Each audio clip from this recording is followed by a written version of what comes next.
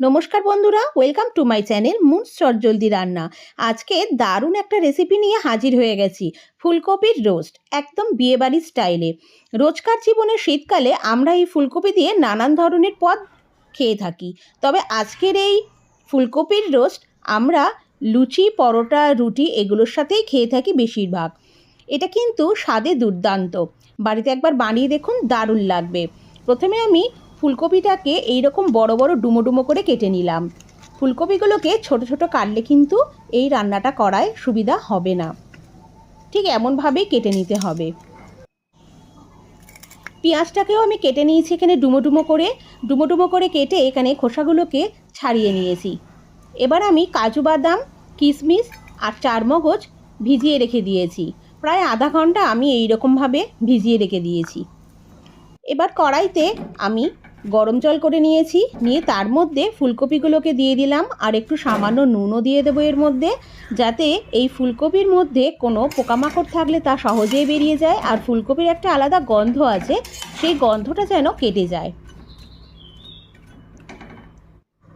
খুব বেশি ফোটানোর দরকার নেই, গরম জলের মধ্যে ভালোভাবে ধুয়ে নিলেই হবে। এবার কড়াইতে আমি এখানে সানফ্লাওয়ার অয়েল ব্যবহার করেছি। তার মধ্যে আমি এই ফুলকপিগুলো যেগুলো কেটে রেখে দিয়েছিলাম সেগুলোকে সুন্দরভাবে ফ্রাই করে নেব। এমনভাবে ফ্রাই করতে হবে যেন ফুলকপিগুলো খুব লাল হয়ে না যায়, সব দিকটা যেন সুন্দরভাবে ভাজা হয়।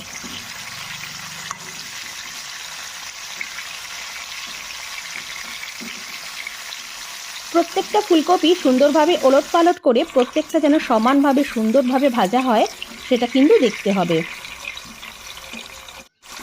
আমার এখানে ফুলকপিগুলো প্রায় ভাজা হয়ে গেছে, ঠিক এমনভাবে ভেজে তুলে নিতে হবে।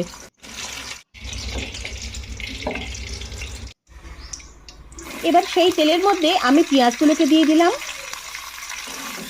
দিয়ে একটু নাড়াচাড়া করে নেব। এই পেঁয়াজগুলো কিন্তু খুব বেশি ভাজা হবে না, লাল করে ভাজা তো একদমই হবে না। একটু ভালো করে ওলট পালট করে নিলাম তেলের মধ্যে। একে একে তিনটে জিনিসই আমি দিয়ে দেবো। এখানে কাজু বাদাম দিয়ে দেবো, তারপরে কিশমিশ এবং চারমগজ সবগুলোই এর মধ্যে আস্তে আস্তে ঢেলে দেবো, দিয়ে আবারও একটু ভালোভাবে নাড়াচাড়া করে নেব। বারবার বলছি, এখানে কিন্তু খুব বেশি ভাজা হবে না পেঁয়াজটা, খুব যে লাল করে ভাজা হবে তা কিন্তু নয়।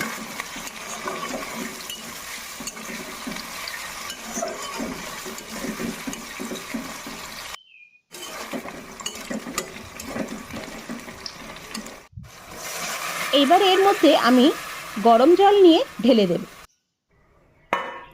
দিয়ে ঢাকা দিয়ে রেখে দেব। তারপরে ঢাকনা খুলে 5টা চেরা কাঁচা লঙ্কা ওর মধ্যে দিয়ে দেবো, দিয়ে আবারও একটু ঢাকা দিয়ে দেবো। এইবারে জলটা কমে গিয়েছে, গিয়ে পেঁয়াজগুলো সিদ্ধ হয়ে গিয়েছে। এটাকে আমি ঠান্ডা করে নেব, নিয়ে পেস্ট বানিয়ে রেখে দেবো। এবার কড়াইতে অল্প একটু সাদা তেল দিয়ে দেবো, দিয়ে তার মধ্যে দারচিনি আর লবঙ্গ আমি দিয়ে দেবো।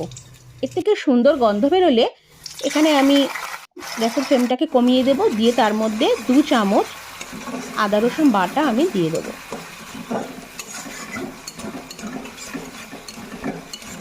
দিয়ে সুন্দরভাবে নাড়াচাড়া করে নেব যেন আদার গন্ধটা চলে যায়। এবার আমি 1 চামচ ধনে গুঁড়ো আর 1 চামচ জিরে গুঁড়ো দিয়ে দেবো, আর একটু শুকনো লঙ্কার গুঁড়ো দিয়ে দেবো, দিয়ে সুন্দরভাবে নাড়াচাড়া করে নেব। নিয়ে এখানে 2 চামচ আমি টক দই দিয়ে দিয়েছি, ফ্যাটানো টক দই দিয়ে সুন্দরভাবে এই মশলাটাকে তৈরি করে নেব।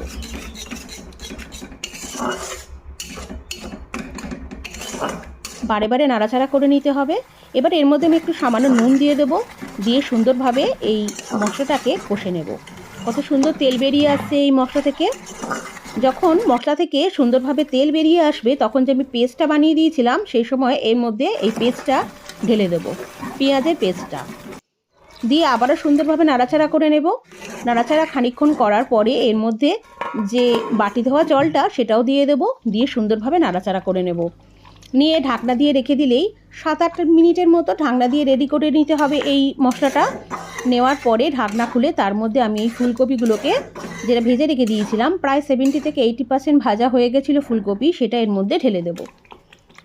দিয়ে ওপর থেকে সামান্য একটু শাহি গরম মশলা দিয়ে দেবো।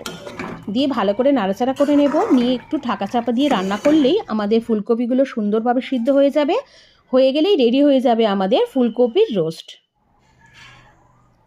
বাড়িতে গরম গরম পরোটা বা লুচি বানিয়ে নিন, তার সাথে দিয়ে দিন, দারুণ লাগবে খেতে। পোলাও ফ্রাইড রাইসের সঙ্গেও কিন্তু এমন রান্না খেতেই পারেন। বাড়িতে অবশ্যই চেষ্টা করুন, কেমন হলো অবশ্যই জানাবেন। আর কমেন্টে অবশ্যই জানাবেন যে এই রান্নাটা আপনাদের খেয়ে কেমন লাগলো। যদি এই রেসিপিটা ভালো লেগে থাকে তাহলে অবশ্যই আমার চ্যানেলটা সাবস্ক্রাইব করে পাশে থাকার অনুরোধ রইল। আর অবশ্যই একটা ছোট্ট লাইক দিয়ে যাবেন, আর পারলে বন্ধুদের সাথে শেয়ারও করবেন। এইরকম সুন্দর সুন্দর রেসিপি পাওয়ার জন্য অবশ্যই কিন্তু চ্যানেলটা সাবস্ক্রাইব করে দেবেন।